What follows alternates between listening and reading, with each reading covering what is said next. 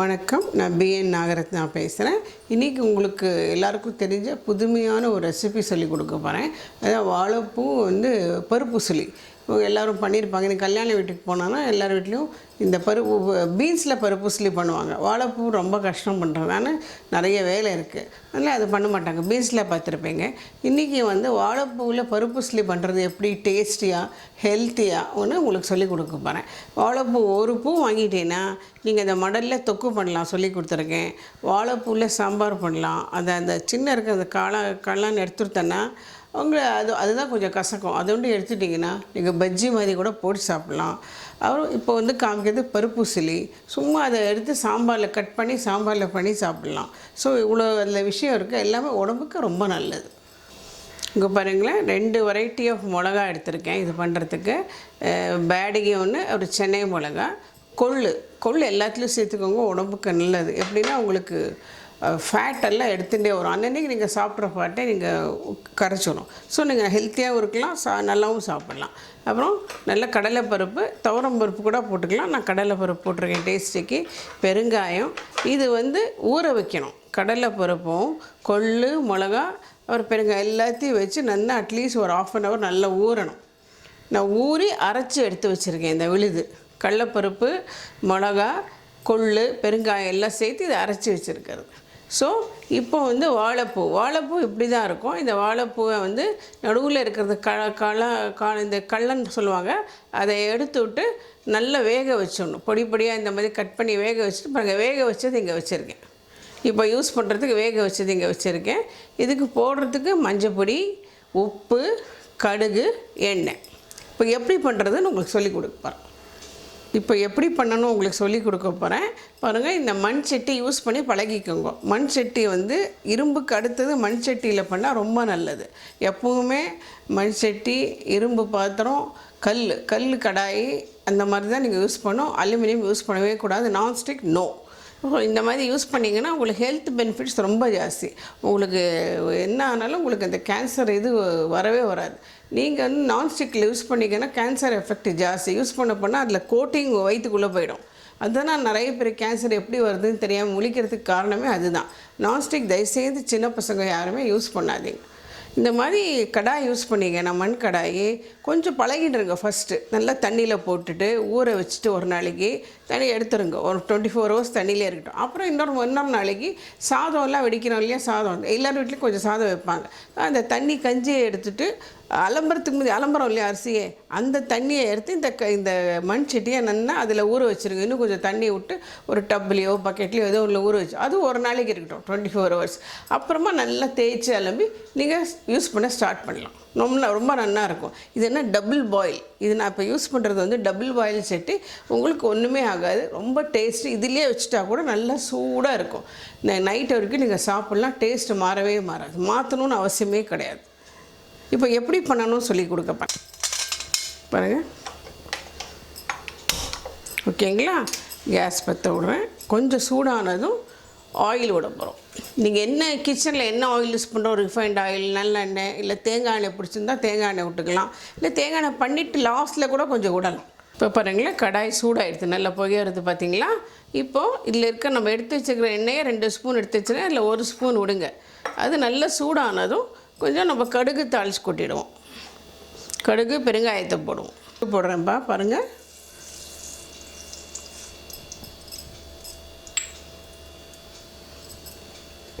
கடுகு நல்லா பொரிஞ்சு வரட்டும்.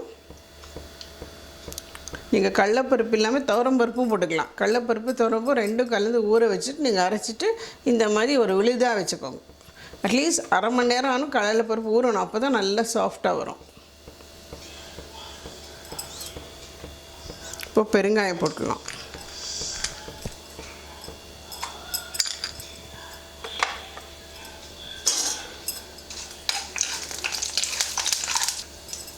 இப்போ நம்ம அரைச்சி வச்சுருக்கிற இந்த விழுதை அதில் போட்டுருவோம்.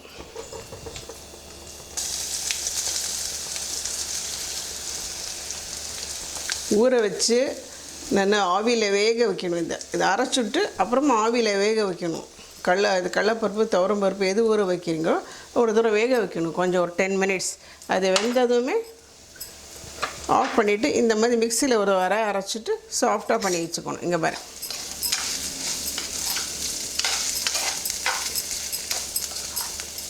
ரொம்ப ஈஸி பண்ணுறது, ரொம்ப கஷ்டம் ஒன்றும் இல்லை. மஞ்சள் பொடி போட்டுருங்க.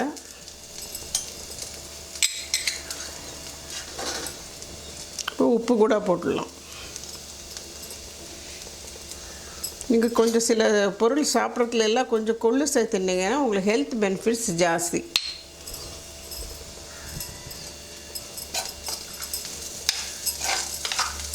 ரொம்ப ஹெல்த்தியான ஃபுட்டு தான். ஆனால் கொஞ்சம் நீங்கள் ஸ்ட்ரெயின் எடுக்கணும். ரொம்ப ஈஸியாக ஏதோ உருளைக்கிழங்கு வெங்காயம் போட்டு கறி பண்ணுற மாதிரி இல்லை. இது கொஞ்சம் ஸ்ட்ரெயின் எடுத்திங்கன்னா கொஞ்சம் எல்லாேருக்கும் நல்லா பிடிக்கும். இல்லை தேங்காய் கீங்காய் எதுவுமே போடலை, வெறும் பருப்பு தான். அதுக்கு தான் இதுக்கு பருப்பு உசிலின்னு சொல்லுவாங்க.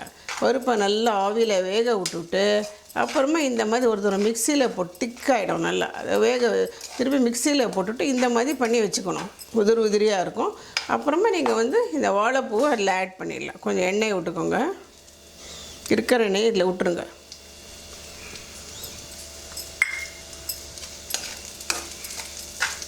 ஏன்னா ஏற்கனவே இது வெந்திருக்கு பருப்பெல்லாம். அதனால் இப்போ இதை வாழைப்பூ போடலாம். வாழைப்பூ வேக வச்சு தான் வச்சுருக்கேன் பாருங்கள். நல்லா பொடி பொடியாக கட் பண்ணி வேக வச்சுட்டு ஃபில்டர் பண்ணி வச்சுருக்கேன். அதையும் இதில் போட்டுருங்க.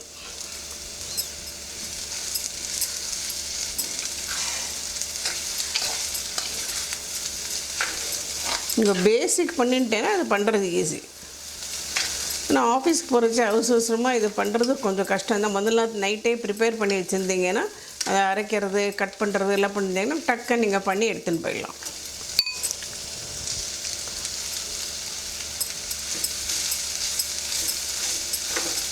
காரம் உங்களுக்கு எவ்வளோ தேவையோ அவ்வளோ போட்டுக்கலாம். உங்கள் வீட்டில் நிறைய காரம் சாப்பிட்லன்னா இன்னும் ஒரு 4 மிளகா கூட போட்டுக்கலாம். நான் கொஞ்சம் அளவாக தான் போட்டிருக்கேன். அவ்வளோதாங்க ஆகிடுது. இன்னும் ஒரு 10 நிமிஷம் அப்படியே கிளறி விடுங்க. நல்லா இதை ஆற வச்சுன்னா உதிரியாக ஆகிடாது. நீங்கள் சாம்பாருக்கு தொட்டுன்னு சாப்பிட்லாம், வத்த குழம்பு சாப்பிட்லாம், ரசத்துக்கு தொட்டுன்னு சாப்பிட்லாம், ஈவன் சப்பாத்தி கூட தொட்டுன்னு சாப்பிட்லாம் பிடிச்சதுன்னா. It's a very good healthy dish. பருப்பு இருக்குது, வாழைப்பூ இருக்குது, கரவிலே போட வேணாம். It's a very good dish. சும்மாவும் சாப்பிட்லாம். ஒரு வாழைப்பூ வாங்கினேன்னா நீங்கள் இவ்வளோ டிஷ் பண்ணலாம். இல்லை வாழைப்பூ வடை பண்ணலாம், அப்போ இது பருப்பு சிலி பண்ணலாம், அதில் வாழைப்பூ மடலில் தொக்கு பண்ணலாம், சாம்பார் பண்ணலாம், பஜ்ஜி மாதிரி அந்த இது போட்டு எடுக்கலாம். அந்த பூவை சின்னதாக கட் பண்ணி. ஸோ இவ்வளோ இருக்குது. அதில் எப்படியோ ஒன்று பண்ணி நீங்கள் சாப்பிட்ணும். அவ்வளோதான். மாதத்துக்கு ஒரு தடவை சாப்பிட்டா கூட போகிறோம். இது ரொம்ப ஹெல்த்தி டிஷ்ஷு, ப்ரோட்டீன் பேஸ். உங்களுக்கு வீட்டில் எல்லோரும் இது பண்ணுறது கஷ்டம்தான். கொஞ்சம் நீங்கள் இதுக்கு ஹோம்ஒர்க் பண்ணணும். பண்ணுறதுக்கு முன்னாடி பண்ணிங்கன்னா உங்களுக்கு ஹெல்த்தியாக நல்லா சாப்பிட்லாம். எல்லோரும் குடிச்சிரும் அந்த பருப்பு. ஸோ கடைசியில் கொஞ்சம் நல்லெண்ணெய் விட்டுக்கோங்க, டேஸ்ட்டாக இருக்கும். நல்லெண்ணெய் பிடிச்சா நல்லெண்ணெய் விட்டுக்கோங்க, இல்லை தேங்காய் எண்ணெயும் விட்டுக்கலாம் வேணுங்கிறவ. 10 to 15 மினிட்ஸில் இது டிஷ்ஷை பண்ணிடலாம். அதுக்கு பூ ஆஞ்சி எல்லாம் ரெடியாக வச்சுக்கணும். பருப்பு ஊற வச்சு அரைச்சி ரெடியாக ஆவியில் வேக வச்சுக்கணும். அப்புறம் மிக்சியில் அரைக்கணும். அதெல்லாம் முதல்ல நீங்கள் பண்ணிக்கணும். ஸோ பண்ணுறது ஈஸி தான். அந்த ஹோம்ஒர்க்கெல்லாம் நீங்கள் பண்ணிட்டீங்கன்னா இது ஈஸி டேஸ்டி டிஷ்ஷு. யார் வேணால் சாப்பிட்லாம். ராத்திரி வரைக்கும் வச்சுன்னு சாப்பிட்லாம். ஒன்றும் ஆகாது. இல்லை எனக்கு தேங்காய் எல்லாம் ஒன்றும் இப்போ இதுக்கு தேங்காய் போடணுன்னு அவசியம் இல்லாமல் பருப்பு தான் மெயின். பருப்பு, வாழைப்பூ இதுலேயே விட்டானா அந்த சூடு கொஞ்சம் இதாகிடும். கச்சிட்டியில் இந்த மண் சட்டியில் எப்பவும் கொஞ்சம் சூடு இருந்துகிட்டே இருக்கும். இந்த சூட்லேயே விட்டுருங்க. அப்படியே உங்களுக்கு அது நல்லா ட்ரை ஆகிடும். இப்படி ஒட்டாமல் வருது பாருங்கள்.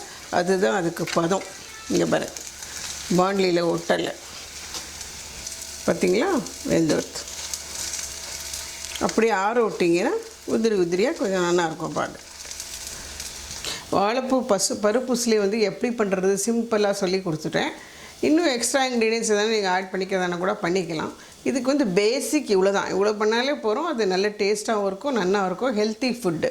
இதோடு நீங்கள் இன்னும் நிறைய ரெசிபி எதாவது வேணும்னா கேளுங்க, சொல்லி கொடுக்குறேன், பண்ணி காமிக்கிறேன் உங்களுக்கு.